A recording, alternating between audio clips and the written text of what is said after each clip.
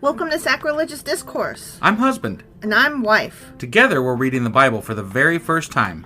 We grew up without religion and wanted to know what all the fuss was about. Well, what have we learned so far? That God is a dick, and apparently some people believe in talking donkeys? We're not trying to pass ourselves off as experts. Nope, we're just reading the Bible for the first time and giving our first take reaction. If you'd like to join us in this venture, you might consider starting at episode 1. Otherwise, jump in wherever you like. All right, let's go read the Bible. Yeah, let's get to it.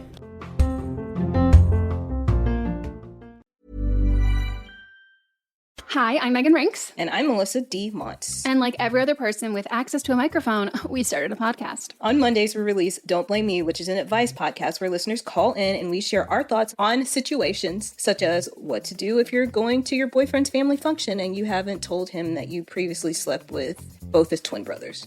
Then on Thursdays, we release our podcast, But Am I Wrong?, where we ethically gossip about pop culture, politics, our lives, and your lives. Listeners write in and we tell them if they're wrong or right in a situation. Are you the hero or the villain? On Tuesdays and Fridays, we throw in a little something extra as well. A little something, something. We strive to create a community grounded in activism, mental health, and inclusivity. Think of us as like your blunt, honest friends who give you advice that you need to hear, not what you want to hear. But we're also always rooting for your success. What we lack in credentials, we make up for in opinions. We do that in every episode too. We're professional, unprofessional, so if you're looking for a new slate of podcasts to add to your routine, we're here for you. Acast recommends. Husband. Wife. Do you remember what happened yesterday? Yes, Solomon stopped taking credit for everything that Hiram Abi did.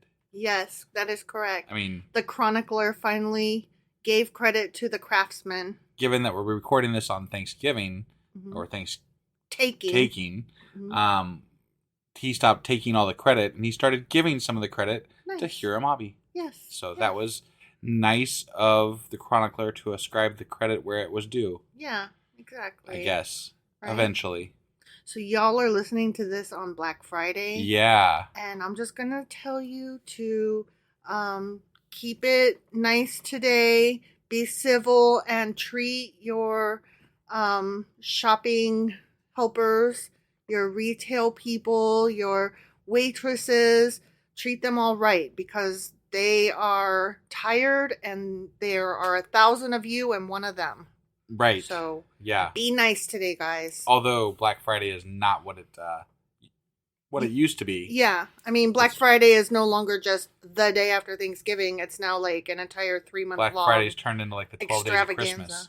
Yeah. You know? It's stupid. It's really stupid. It really is. But there are still some people who go shopping, and so true. My admonition stands. Behave, you guys. But at the very least, they've cut down on how many people get trampled on Black Friday. Yes. No more trampling. That's a plus, you know. Yes. Right. All right.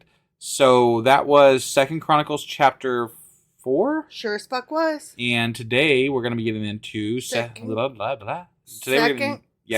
Chronicles chapter 5, fuckface. Oh my God. Let's go do this. Okay.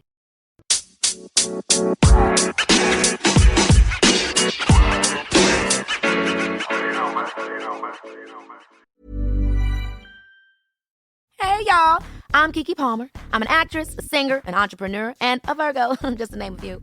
I'm proud to introduce you to the Baby This Is Keke Palmer podcast, exclusively on Amazon Music. I'm putting my friends, family, and some of the dopest experts in the hot seat to ask them the questions that have been burning in my mind. What happened to sitcoms? Is OnlyFans only bad? I want to know, so I asked my mom about it. On Baby This Is Keke Palmer, no topic is off limits. Listen to Baby This Is Keke Palmer, exclusively on Amazon Music. Download the Amazon Music app now. Okay, so we are finishing up the furnishings for the temple. Okay? Oh boy, we get to see what kind of stuff they get. I mean, there's just like one little paragraph. Oh. It's a continuation of the last chapter. Okay, all right. So Solomon finished all his work on the temple of the Lord. Hiram Abi. Yeah, Hiram Abi. Finished all his work on the temple of the Lord. Then he brought all the gifts his father, David. Oh, he came back. Damn you, David. Why can't I quit Fucking you? Fucking residual David. All the gifts his father David had dedicated, the silver, the gold, and the various articles, and he stored them in the treasuries of the temple of God. That's great. Okay, I just have to tell you guys, since this is a holiday weekend, I'll tell you a really nice story. So, me and husband were standing out on our front porch as we do, solving all the world's problems with each other. And husband says, I think I want to start eating an apple more regular because I heard it helps with heartburn and, helps you be healthier, blah, blah, blah, blah, Good blah. for you. Yeah, yeah. And I said, okay, yeah, that sounds good. I mean, after all, an apple a day keeps the doctor away. Right, But, right. just make sure you don't eat the core or else you're going to grow an apple tree in your stomach. Right. And of course, doesn't even stop a second to talk about how stupid that is. Just says, yeah, and then I'd be Johnny Appleseed. And then right after that, we both start humming the same fucking song. And then Who's Johnny? She said. Who's Johnny, she said. Yeah. And then we were like, I love you. and then we were both like, what the fuck song is that? Right. And then he goes, I think it's from Short Circuit. Yeah. And I was like, oh my God, you're right. And then I was like, it was a one-hit wonder with a really stupid, shitty video.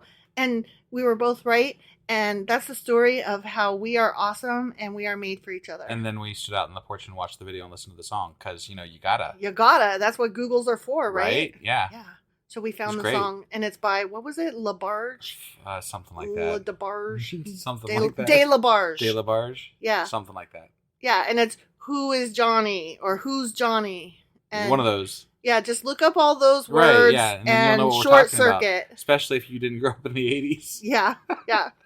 I mean, it really was really obscure song.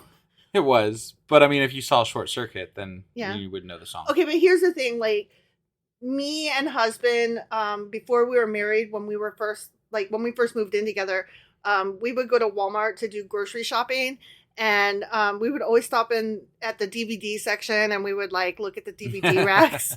And so at one point, he was on one side and I was on the other side, and we both go, oh my God.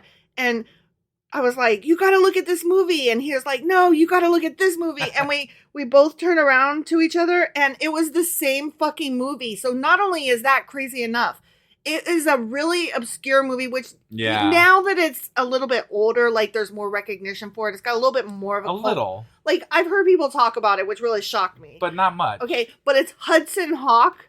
And I have all my life, nobody else loves that movie. And same for husband. Right. Nobody else loves that movie. But for whatever reason, it just struck both of our funny bones. I mean, how can you go wrong with Bruce Willis playing a cat burglar singing Sinatra songs? I know, right? You just can't go wrong there. That's the best fucking thing ever.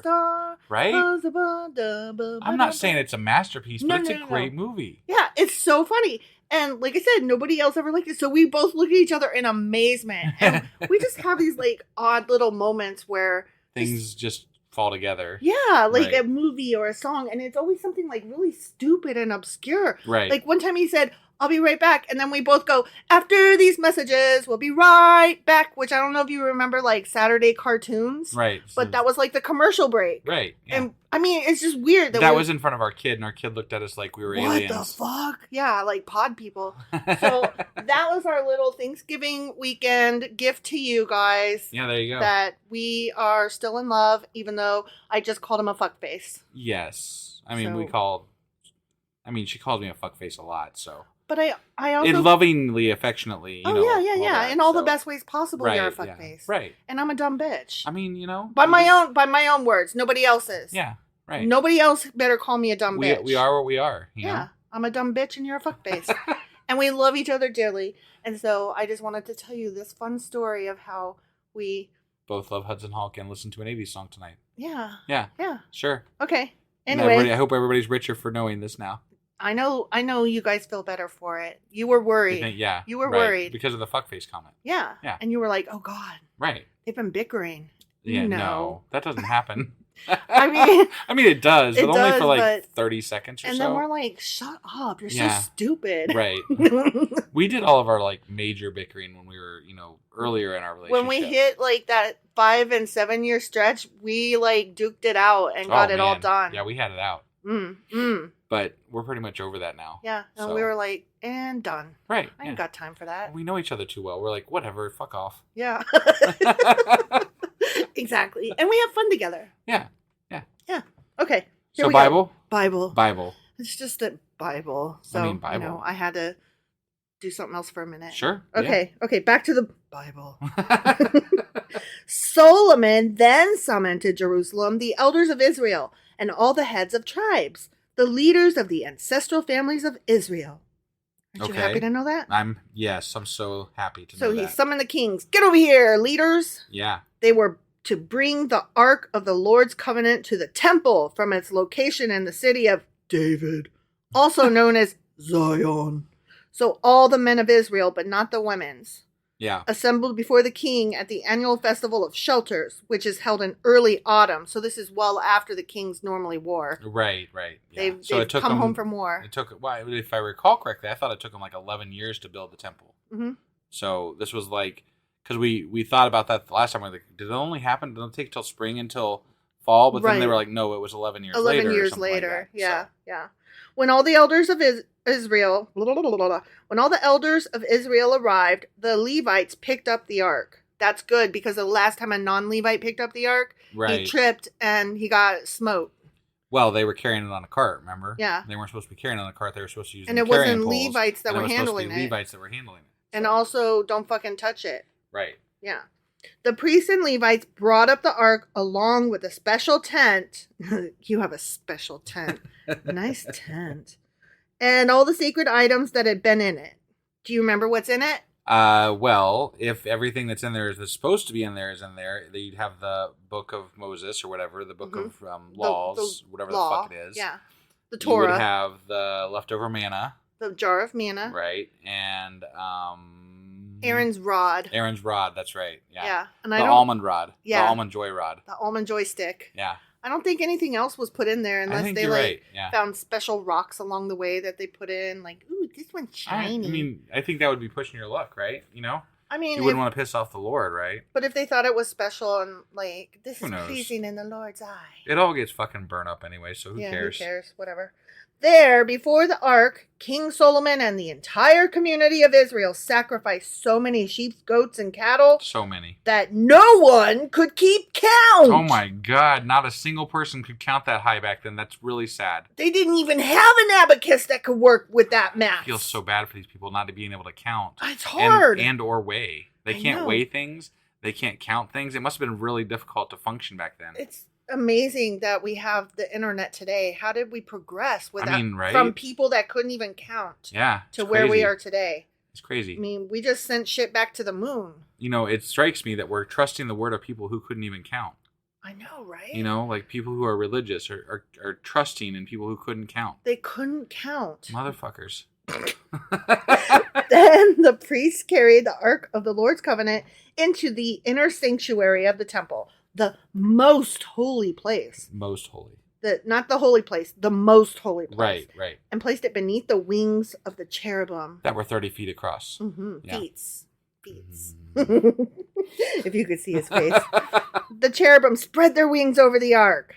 No, they were already spread. I know, but it sounds like a like piece of metal. It sounds like the way they phrased it. It's like the metal statue fucking opened up its wings. It expanded its wings. No, it was already fucking built that way. You the idiots. Cherubim, whose wings were already spread over the ark, formed a canopy over the ark and its carrying poles. Great. Okay. That's awesome. It did not spread its wings. No spreading of wings. Its wings were spread. Right. Yeah. Hiramobi spread the wings when he fucking built this room and made that thing. He's the man. Right? These poles were so long that their ends could be seen from the holy place, which is in front of the most holy place. But not from space. You can't see them from space. And not from the outside. No. They are still there to this day, motherfuckers. False. I mean, to the day as of the day when they wrote it, maybe. Yeah, okay. But you know what? The chronicler wrote this after the Babylon and so he was exile. lying. He was wrong. He was lying or wrong, or they were still there and we don't know what happened to them. No, they got melted down. I know, but like if we're taking his account, he's saying they're still there. Are we pretending then that maybe the ark was so well hidden that they never found it? Is that what we're supposed to pretend? I don't know. Because I don't buy it. These people couldn't even fucking count. And you're telling me that they could hide it? Yeah, you're probably... I mean, I think this was just... Why would you write that, though? Why would you write that it's still there to this day if you could be proven wrong just on a glance? I don't know. It doesn't make any sense, right? Do you think that as he wrote this, that it was still there? I mean, it's possible, I guess. And he knew where it was? It's possible. Like some Levites and the chronicler. So the chronicler was probably a Levite. Or maybe to the best of his knowledge, it was still there. Maybe, maybe there were stories going around, hey, they never touched that. It's the most holy place. Nobody obviously could get in there, so it's still there, right? Or was it quote unquote common knowledge the way it's today, quote unquote common knowledge that there is so much hidden away in the Vatican? Maybe. That kind of thing where he's like, yeah, it's totally there to this day. It's just that when they talked about the Babylonian exile, those fuckers took everything and melted it all down. They were so thorough. So a whole temple made of gold and shit and bronze, I just don't see them leaving any of that there. Yeah. I mean, what did you do? Bury it right quick? I just don't believe you. Right. Or set up booby traps that were good enough to keep the Babylonians out. Why didn't you just fucking hide in there? Yeah. I mean, I don't get it. I just don't buy it. I don't buy it. The chronicler wrote this with an agenda, don't forget. Right. So he's trying to convince them, yeah, it's totally still there. But why would I'm trying to wrap my head around saying something that you could obviously prove wrong. Because the common person coming out of the Babylonian exile couldn't prove it wrong. Unless they were somebody that was coming back to live in Jerusalem or whatever. But that person coming back from Jerusalem might not know where it's hidden. All right. Only the special team did. Got it. Yeah. I don't know. I don't know either. I'm just saying, I don't think it was there.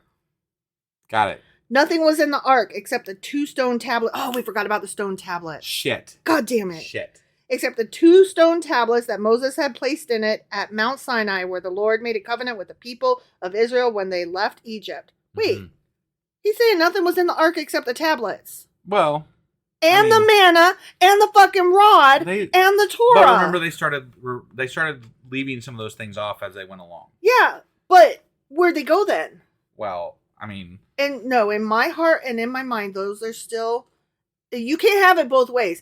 Either you know where the fucking ark is and all that shit is still in it because you kept it all together, or there was nothing left because the Babylonians took that shit and they took it all, including everything that was in it. Right. So they just forgot to mention the shit. Right. Okay? Yep. The manna is still in there to this day. Then the priests left the holy place. All the priests who were present had purified themselves. Whether or not they were on duty that day, they scrubbed their balls all clean. Yeah.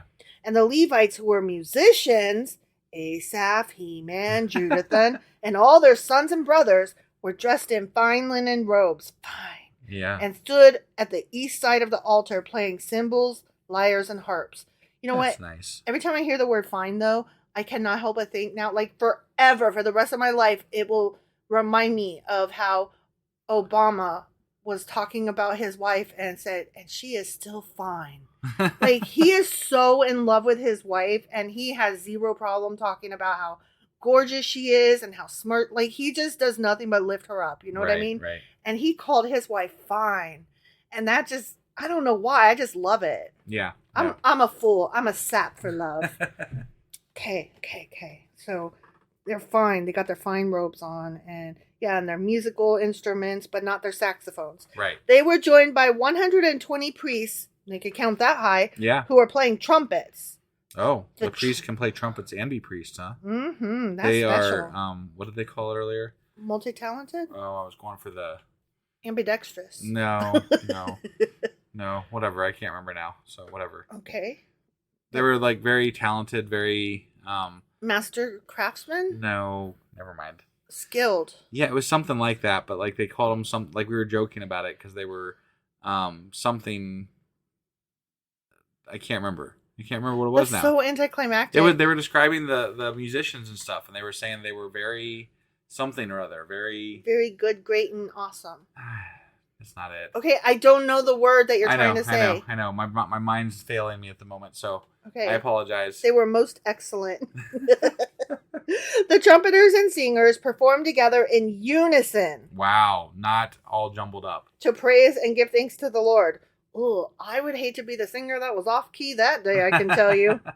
Accompanied by trumpets, cymbals, and other instruments, but not saxophones, They raised their voices, la la la la la, and praised the Lord with these words. They were very capable or capable. Oh, remember? yes, Yeah. yes. Sorry, okay. it was bugging So they me. were not excellent. They were not- merely right. very capable. Yeah, right. That's, Okay. that's what I was going for. I take They're back very everything I capable or they're said. capable. It was eluding me. I couldn't come up with it. Take it back. Yeah. Take it back. Okay, so they were singing these words. Ready? Yeah, I'm ready. He is good. Oh, wait. No, let me sing it to Johnny. He is good. His faithful love endures forever. Yeah, that's way better.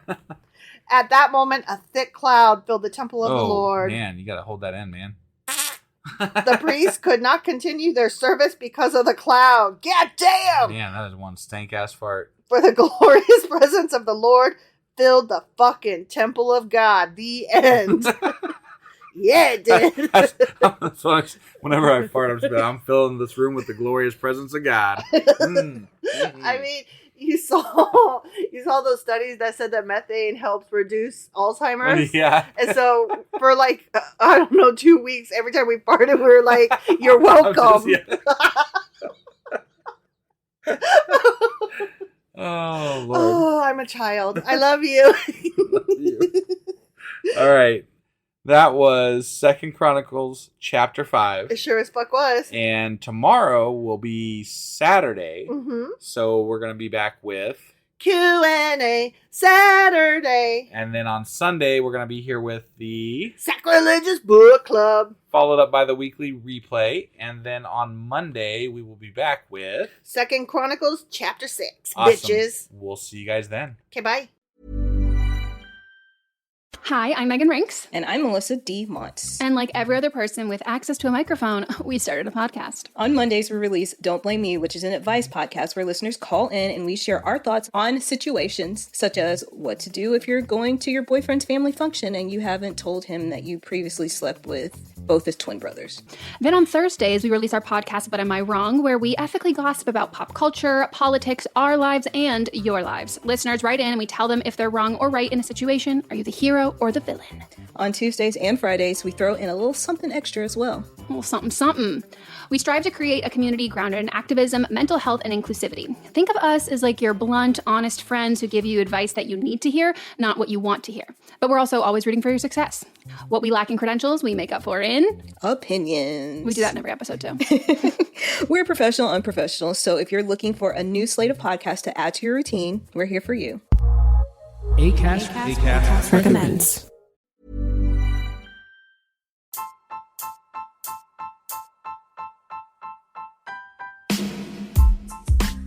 Hey, wife, I guess that's the end? But husband, that's just sad. It doesn't have to be. We are on lots of social media platforms like Twitter. Our handle there is sacrilegious_D. For D's nuts. Oh my God. Stop doing that. Anyway, we're also on Facebook, Instagram, and Pinterest. There's a link to all of our social media sites at our website. Ooh, we have a website? Yeah, it's sacrilegiousdiscourse.com, where you can also find a link to our merch shop. We have a merch shop? Yep, we have podcast-themed clothing, mugs, notebooks, and more, as well as an atheist and science-themed products. Wow, our fans should really go check that out right now. Definitely. They can get in touch with us by sending an email to sacrilegiousdiscourse@gmail.com. But before they do that, we could really use some help. Oh yeah? With what? Well, it's not free running the podcast, and we need some financial support in order to get better equipment, which will free up time so we can concentrate on our podcast and our fans. Okay, so what should they do? Head over to patreon.com/sacrilegiousdiscourse and sign up as a contributor on our podcast. Supporters there receive additional bi-weekly episodes that we record just for our Patreon members for as little as $2 a month. Also, we'd really appreciate it if you would like and subscribe on whatever platform you're using. And Apple Podcast reviews help us out tremendously. Like and subscribe. Leave an Apple review. Join us on Twitter. Support us on Patreon. That's a lot of instructions. Don't forget to say thanks. Thanks. Okay, bye.